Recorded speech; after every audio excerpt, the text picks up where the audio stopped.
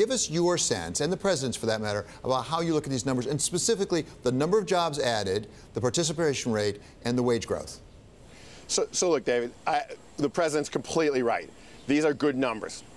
209,000 non-farm payroll jobs, unemployment rate down to 4.3%, down to a 16-year low.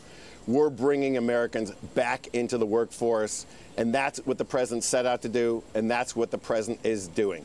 That is our objective. And we've done that without our major policy initiatives being able to take place. Number one policy initiative to deregulate the U.S. environment.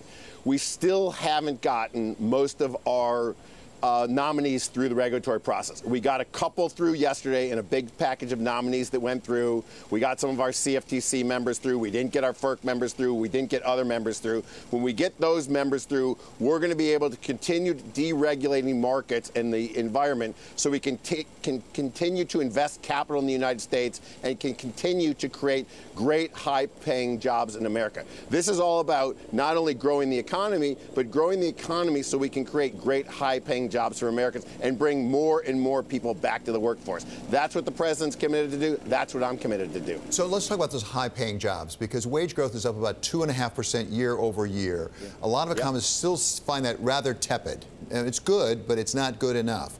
How do you explain this phenomenon where we have really robust employment, some people think full employment, and yet we're not seeing the wage growth? So it is. On the 12-month, we're at 2.5. The 1 month was 0.3%. So the 1 month is annualizing higher than the 12 months, which is interesting news to us. We spent time this morning discussing what that means, if that's a new trend. We would obviously like to see some wage inflation in the system.